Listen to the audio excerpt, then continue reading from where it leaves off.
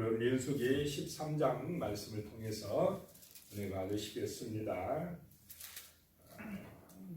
민수기 13장은 12명의 정탐꾼을 보내서 가나안 땅을 정탐하고 오라라고 하는 말씀입니다. 1절입니다. 여호와께서 모세에게 말씀하여 이르시되, 하나님의 말씀이 다시 모세에게 임합니다. 2절에요. 사람을 보내어 내가 이스라엘 자손에게 주는 가나안 땅을 정탐하게 하되 그들의 조상의 가문 각 지파 중에서 지휘관된 자 한 사람씩을 보내라. 정탐하러 보내라고 하나님께서 말씀하셨다라고 하는 것입니다. 누구를 보내느냐? 각 지파의 지휘관들, 대표한 사람, 수령들을 보내서 그 가나안 땅을 정탐하고 오게 하라라고 하는 말씀입니다. 3절에 보니까요. 모세가 여호와의 명령을 따라 바란 광야에서 그들을 보냈으니 그들은 다 이스라엘 자손의 수령된 사람이라. 이 대표 지휘관들을 보내서 가나안 땅을 다 정탐하게 하고 와서 보고해서 백성들에게 어떻게 말해주기를 원하시고 계십니까? 하나님이 약속한 그 땅을 보니까 참 좋더라. 하나님이 우리에게 정말로 젖과 꿀이 흐르는 축복의 땅을 약속해 주었더라. 우리 하나님의 약속을 믿고 올라가자. 이렇게 백성들을 설득해 주기를 바라면서 하나님이 보낸 줄로 믿으시기 바랍니다. 그래서 지휘관들을 보낸 것입니다. 대표들을 보냈습니다. 그래서 12명의 그 이름들을 다 한 사람 한 사람 거명해 놓고 있습니다. 그런데 이 12명 중에서 몇 명만 긍정적인 보고를 했습니까? 2명만 긍정적인 보고를 했습니다. 6절에 보면 유다 지파에서는 여분네의 아들 갈렙이요 그랬습니다. 갈렙이 또 정말 긍정적으로 보고한 사람입니다. 이 갈렙의 이름의 뜻을 보니까 이름이 좀 개라는 뜻이 있습니다. 개. 그리고 보니까 온 마음, 종, 또 공격자 이런 의미가 있더라고요. 가만히 묵상을 해보니까 개, 자 주인한테는 어떻습니까? 개는 충성합니다. 주인을 위해서는 개는요 다른 마음이 없어요. 죽을 때까지 충성합니다. 그런데 도둑놈이라든지 주인을 해치려고 하는 사람이 있을 때는 어떻게 합니까? 공격하더라. 그래서 이 개라는 의미가 좋구나 이런 생각을 했습니다. 주인을 위해서는 온 마음을 다하여 충성하는 종이 되지만은 대적을 위해서는 주인을 방어하고 공격하는, 때로는 공격할 때는 공격해야 되겠다. 그것이 잘한다 생각이 들었습니다.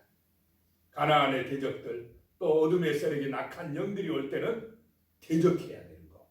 그리고 주인에게는 충성하는 개의 역할. 이 갈렙이라는 의미가 좀 그런 의미가 있구나 이런 생각을 했습니다. 그 다음에 8절에 에브라임 지파에서는 눈의 아들 호세아요. 호세아라는 의미는 구원이라는 뜻입니다. 이 호세아가 이름이 누구로 바뀝니까? 여호수아로 바뀝니다. 여호와께서 구원하신다로 바뀐다는 것입니다. 자, 갈렙이 속한 유다 지파 번성합니까? 안 합니까? 번성하게 돼요. 거기서 예수 그리스도가 나오십니다. 자, 여호수아가 속한 에브라임 지파도 번성하게 됩니다. 참 믿음을 가진 지파들이, 믿음을 가진 성도들이 복을 받고 번성한 줄로 믿습니다. 이 믿음, 하나님의 언약을 믿는 믿음이 중요하다라고 하는 것입니다. 17절로 가면 모세가 가나안 땅을 정탐하러 그들을 보내며 이르되 너희는 네겝길로 행하여, 네겝은 그 가나안의 남방입니다. 남쪽 행하여 산지로 올라가서 18절에 그 땅이 어떠한지 정탐하라. 곧 그 땅 거민이 강한지 약한지 많은지 적은지와, 또 19절에 그들이 사는 땅이 좋은지 나쁜지와 사는 성읍이 진영인지 산성인지와 20절 토지가 비옥한지 메마른지 나무가 있는지 없는지를 탐지하라. 아주 자세하게 상세하게 알아오라고 모세가 지금 지시를 했습니다. 대충 봐오지 말고 정확하게 조사해 와라 하라고 하는 것입니다. 그러면 자기들이 본대로 정확하게 조사해 와서 모세에게 또 백성들에게 보고하면 되는 것입니다. 그러면서 모세는 담대하라. 또 그 땅의 실과를 가져오라 하니 그때는 포도가 처음 익을 즈음이었더라. 포도가 처음 익을 즈음이 한 7, 8월 된답니다. 우리 지금 현재 달력으로 7, 8월쯤 보낸 것입니다. 자, 21절에 이에 그들이 올라가서 땅을 정탐하되 신광야에서부터 하맛 남쪽 최남단이고 하맛은 가나안의 최북단입니다. 이 말은 무슨 말입니까? 최남단에서 최북단까지 가나안 땅 전부를 다 상세하게 조사해 와라, 이런 말씀입니다.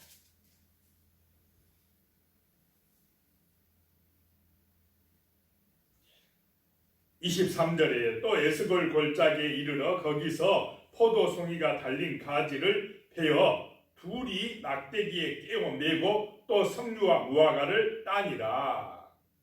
자, 포도송이가 얼마나 컸으면 그 송이를 막대기 띄어가지고 두 사람이 메고 왔다라고 하는 것입니다. 그러면 그 땅이 정말 하나님의 언약대로 젖과 꿀이 흐르는 땅이라는 것입니다. 비옥한 땅이라는 것입니다.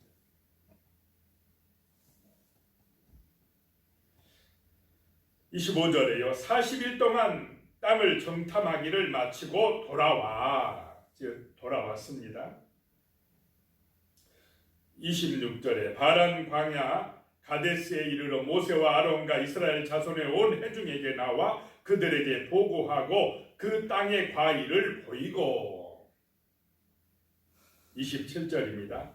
모세에게 말하여 이르되 당신이 우리를 보낸 땅에 간즉 과연 그 땅에 젖과 꿀이 흐르는데 이것은 그 땅의 과일입니다.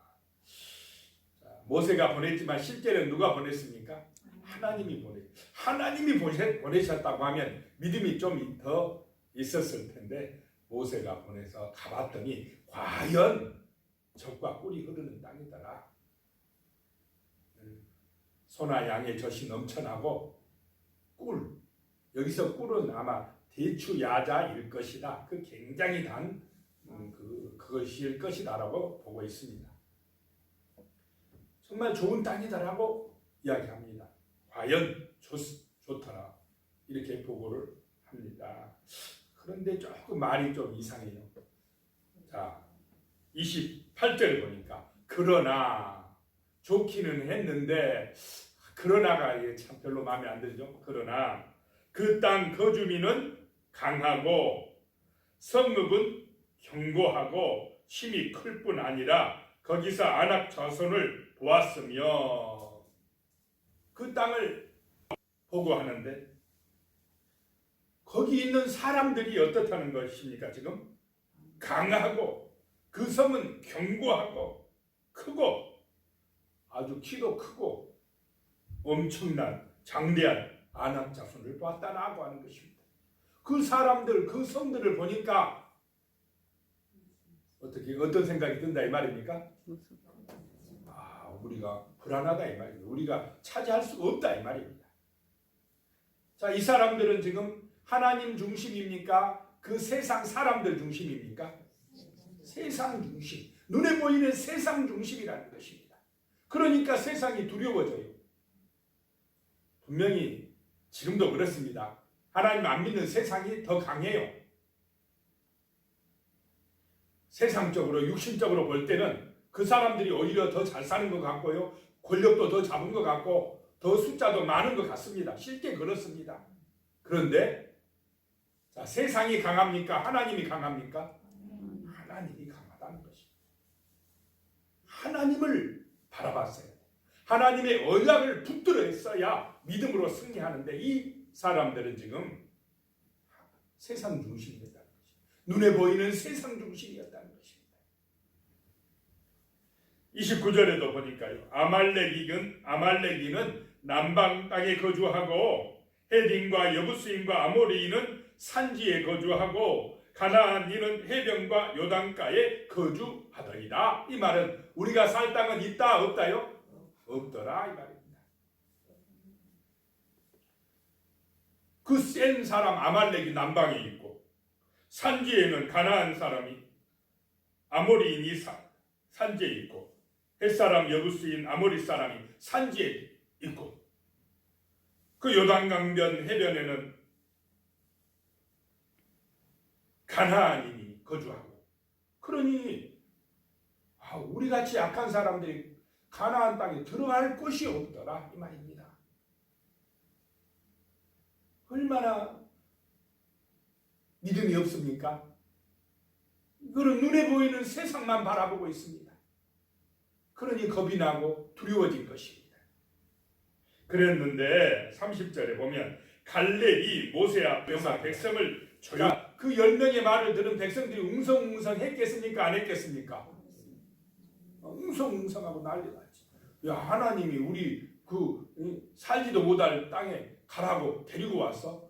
우리 들어갔다가는 그 사람들에게 다 죽게 생겼는데 막 이러면서 웅성거리니까 갈렙이 조용히 해라, 백성들 조용히 해라 하고는 이르되 우리가 곧 올라가서 그 땅을 취하자 능히 이기리라 하나.